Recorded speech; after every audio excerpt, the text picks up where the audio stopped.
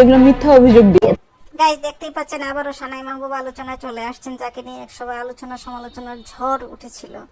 মাঝখানে দীর্ঘদিন তাকে আমরা ক্যামেরার সামনে দেখতে পাইনি, কিন্তু এখন হঠাৎ করে কেন তিনি ক্যামেরার সামনে আসেন?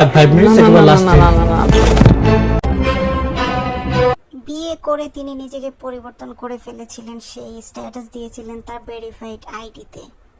হিজাব পরে নিজেকে পরিবর্তন করে ফেলেছিলেন, আসতে চাননি আর ক্যামেরার সামনে। বিয়ে করেছিলেন একজন ব্যাংকারকে, কিন্তু হলো না তার সাথে বনাবনি।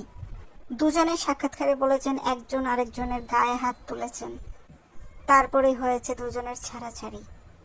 তারপরেই তিনি চলে আসলেন ক্যামেরার সামনে এবং সাংবাদিকের আবারও প্রশ্ন, তার এক সাবেক মন্ত্রীর সাথে বাগদান হয়েছিল, কি অবস্থা সেই সম্পর্কের, এবং তার স্বামীর সাথে কি অবস্থা, দুইটা সম্পর্কের মধ্যে কি অবস্থা চলতেছে।